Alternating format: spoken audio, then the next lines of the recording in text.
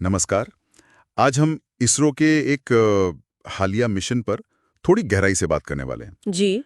18 मई 2025 को PSLV C61 rocket launch हुआ था श्रीहरिकोटा से। हाँ, AOS-09 सैटेलाइट के साथ। बिल्कुल।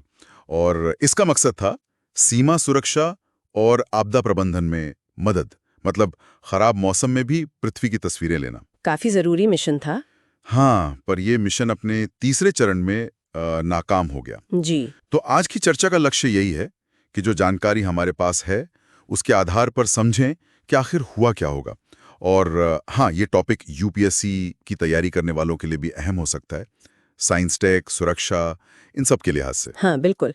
और देखिए, ये जानना भी जरूरी है कि PSLV के लिए ऐसी नाकामी मतलब फेलियर बहुत कम होता है। हाँ, सुना है रिकॉर्ड काफी अच्छा है इसका। बहुत अच्छा। 1993 से अब तक 63 मिशंस में ये सिर्फ तीसरी बार हुआ है। अच्छा। तो ये इसरो की जो विश्वसनीयता है उसको दिखाता है।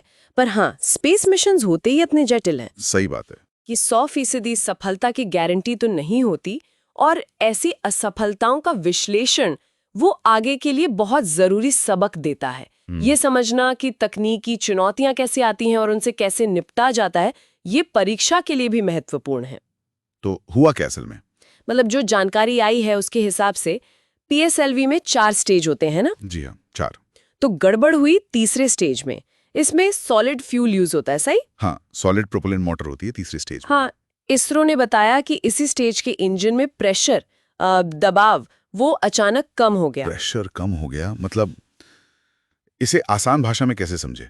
समझिए जैसे प्रेशर कुकर है, अगर उसमें प्रेशर लीक होने लगे तो वो ठीक से खाना नहीं पकाएगा ना। हाँ। बस वैसे ही रॉकेट को ऑर्बिट तक पहुंचने के लिए जो एक लगातार शक्तिशाली धक्का चाहिए होता है, वो प्रेशर कम होने की वजह से नहीं मिल पाया। अच्छा, तो इसकी वजह क्या हो सकती है? प्रेशर कम क्यों हुआ? देखिए, इसमें एक संभावित वजह जो सामने आ रही है वो है फ्लेक्स नोजल में खराबी। फ्लेक्स नोजल, ये क्या होता है? ये तीसरे स्टेज का ही एक हिस्सा है। ये नोजल रॉकेट को दिशा देने में मदद करता है। जैसे हम बगीचे में पानी के पाइप की मुंह को थोड़ा मोड़ते हैं ना, पानी की धार कंट्रोल करने के लिए। हाँ हाँ, समझ गया। बस वही काम ये नोजल करता है। ये घूमकर रॉकेट के थ्रस्ट यानी धक्के की दिशा बदलता है ताकि रॉकेट सही रास्ते पर जाए। तो फिर इसमें दिक्कत आ जाए तो फिर रॉकेट कंट्रोल खो सकता है, रास्ते से भटक सकता है। और कुछ रिपोर्ट्स में, जैसे अंतरिक्ष विशेषज्ञ गिरीश लिंगन्ना ने भी इशारा किया है कि हो सकता है इसी नोजल के ठीक से काम न करने की वजह से प्रेशर ड्रॉप हुआ हो। अच्छा, मतलब इंजन शायद चल रहा था पर धक्का सही दिशा में नहीं लग रहा था, या फिर नोजल की वजह से ये प्रेशर बन नहीं पाया? ये जांच का विषय है। हो सकता है नोजल जैम हो गया हो या उसमें कोई और खराबी आई हो जिससे ओवरऑल प्रेशर पर असर पड़ा।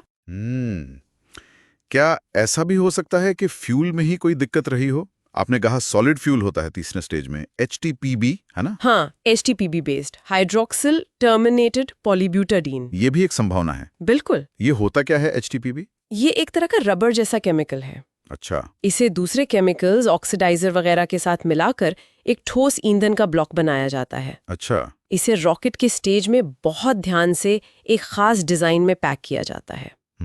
और एक बार इसमें आग लग जाए तो ये पूरा जले बिना रुकता नहीं। आप इसे कंट्रोल नहीं कर सकते। ओह, मतलब इसे बंद या कम ज्यादा नहीं कर सकते? नहीं, बिल्कुल नहीं। तो जैसा लिंगन्ना जी ने भी पॉइंट आउट किया, हो सकता है ये फ्यूल ब्लॉक एक समान रूप से न जला हो, जैसे सीली हुई फुलझड़ी। हाँ, कुछ वैसा ही समझ लीजिए। या ये भी हो सकता है कि फ्यूल ब्लॉक के अंदर ही कोई क्रैक, कोई दरार रह गई हो बनाते समय। उससे क्या होगा? उससे जलने का सरफेस एरिया बदल जाएगा और प्रेशर या थ्रस्ट वैसा नहीं बनेगा जैसा डिजाइन किया गया था। हो सकता है कम रह जाए। यानी फ्यूल की क्वालिटी या उसकी बनावट में भी कोई इशू हो सकता है? बिल्कुल। या फिर रॉकेट की बॉडी में ही कोई स्ट्रक्चरल डिफेक्ट हो, कोई अनदेखी खामी, या फिर गाइडेंस सिस्टम मतलब रॉकेट का जो दिमाग है उसमें कोई गड़बड़ी आई हो। इसरो उन सभी पहलुओं को देख रहा होगा। तो जांच में तो काफी चीजें देखनी होगी। अच्छा, इस फेलियर का फौरी असर क्या होगा? US-9 तो गया, वो तो अब तैनात नहीं हो पाएगा। हाँ, वो दुखद है। उसका सीधा असर यही है कि सीमा सुरक्षा और आपदा राहत के लिए जो एक महत्वपूर्ण सैटेलाइट था, उसकी तैनाती में अब देर होगी। और इसरो के बाकी लॉन्च पर? देखिए, जब तक इसरो इस समस्या की जड़ तक नहीं पहुंच जाता और ये पक्का नहीं कर लेता कि इसे ठीक कर लिया गया है, तब तक थोड़ी सावधानी बरती जाएगी। हो सकता है कि अगले कुछ PSLV या GSLV लॉन्च में कुछ देरी हो। क्या भारत का जो सबसे महत्वाकांक्षी मिशन है गगनयान, उस पर भी कोई असर पड़ेगा? पर तो नहीं पड़ना चाहिए। गगनयान के लिए जो रॉकेट इस्तेमाल होना है HLVM-3, वो बिल्कुल अलग और कहीं ज्यादा शक्तिशाली रॉकेट है। हाँ, वो तो ह्यूमन रेटेड है। जी, पर हो सकता है गगनयान मिशन से जुड़ी कुछ टेक्नोलॉजीज को टेस्ट करने के लिए PSLV का इस्तेमाल करने की योजना हो। अगर वो टेस्ट टलते हैं तो हाँ, एक इनडायरेक्ट मतलब अप्रत्यक्ष देरी हो सकती है। पर इतना तय है कि ISRO अब और ज्यादा सतर्कता बरतेगा, खासकर सॉलिड मोटर्स वाले सिस्टम्स के साथ। लागत शायद थोड़ी बढ़े, पर भविष्य के मिशंस की सुरक्षा के लिए ये जरूरी है। ये रिस्क मैनेजमेंट और क्वालिटी कंट्रोल का मामला है, जो UPSC के नजरिए से भी एक केस स्टडी जैसा है। हाँ, ये बात तो है। लेकिन ये याद रखना भी जरूरी है कि PSLV की असफलताएं वाकई में बहुत कम है। बिल्कुल। ISRO का ट्रैक रिकॉर्ड शानदार रहा है। उन्होंने पहले भी ऐसी मुश्किलों का सामना किया है और वापसी की है। जी हाँ, इसमें कोई शक नहीं। ये घटना जरूर एक झटका है, खासकर उन जरूरी सैटेलाइट्स को लॉन्च करने की योजना के लिए। पर इसरो इसकी जांच कर रहा है। हाँ, और यहाँ एक बड़ा सवाल भी खड़ा होता है ना। सिर्फ तकनीकी वजह से हटकर सोचें तो ये घटना क्या दिखाती है? मतलब अंतरिक्ष अन्वेषण जैसे जटिल लक्ष्यों में जो जोखिम होते हैं और जो लचीलापन चाहिए होता है, उसके बारे में ये क्या कहती है? कोई भी देश अपनी बड़ी महत्वाकांक्षाओं और असफलताओं की सच्चाई के बीच वो संतुलन कैसे बनाता है, खासकर जब राष्ट्रीय सुरक्षा और विकास जैसे पहलू जुड़े हों? ये वाकई सोचने वाली बात है।